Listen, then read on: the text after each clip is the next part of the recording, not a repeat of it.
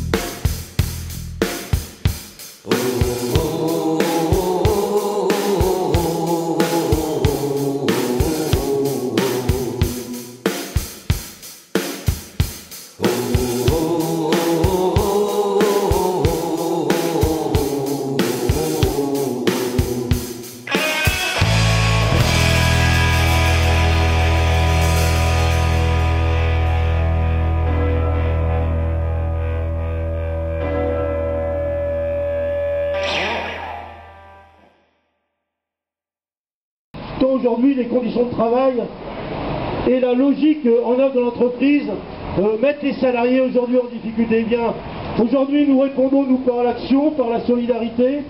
Donc je veux à cette occasion remercier les élus présents. Je pense à Marie-Jeanne Gobert qui est vice-présidente du conseil régional, à Gérard Leneux que j'ai aperçu et qui est maire de la ville de Giberville,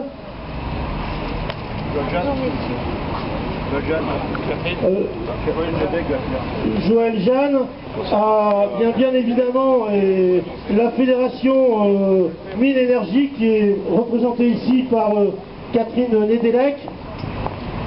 Et mes chers amis, mes chers camarades, tout d'abord merci de votre présence, merci de vous mobiliser pour soutenir ceux qui refusent le diktat patronal ou celui des directions d'entreprises publiques.